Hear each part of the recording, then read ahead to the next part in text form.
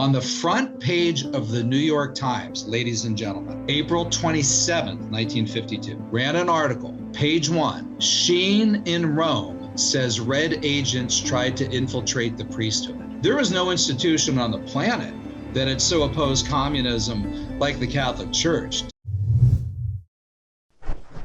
Because it seems sometimes far-fetched that someone would sort of give up his life and embrace. Do they embrace celibacy? Well, it just would go into a priesthood and live their lives for this cause. But how did that work out?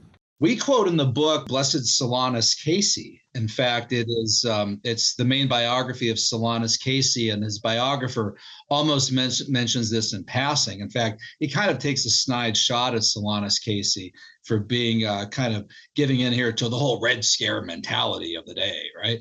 But Solanus Casey said, oh yeah, we knew about the red infiltrators. He said they were easy to spot because they were very disciplined and very smart, but not very devout.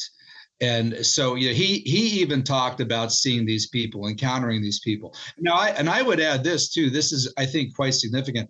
The party did this up and down with the Protestant denominations, the mainline denominations. I mean, this was testified before Congress by Manning Johnson, Ben Gitlow, Louis Boudens, William Z. Foster, Earl Browder, right? Former communists, current communists. They did this all the time. In fact, Earl Browder told an audience at Union Theological Seminary in New York in February 1935, he said, you might be surprised to know that we have party members, preachers active in the churches who are actual party members. Now, you're supposed to be an atheist to be a party member. So how could you have a party member who's an atheist being an active preacher in churches? Well, they're infiltrators. But that was easier to do in Protestant churches than in Catholic churches, where the seminary process for priests was so much more exhaustive, right? So much longer, where the rector had to recommend you, right? You had to go through a long process to make it through. So I would bet that if Bella tried to help place 1,000 communists in seminaries, that they probably didn't put very many through. But those that did stay in, maybe they stayed in and became lukewarm Catholics or not really true Catholics, but they were left of center theologically.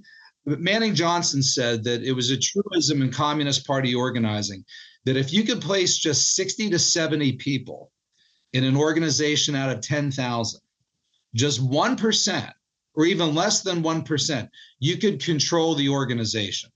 So the goal might be 1,000, but if you could get in less than 100, a well-placed 100, that's significant. My friend Herb Romerstein used to call these agents of influence that could be even more influential than somebody who was an outright spy working for the Kremlin, like Whittaker Chambers, for example. By the way, Bella Dodd was kind of like a female Whittaker Chambers.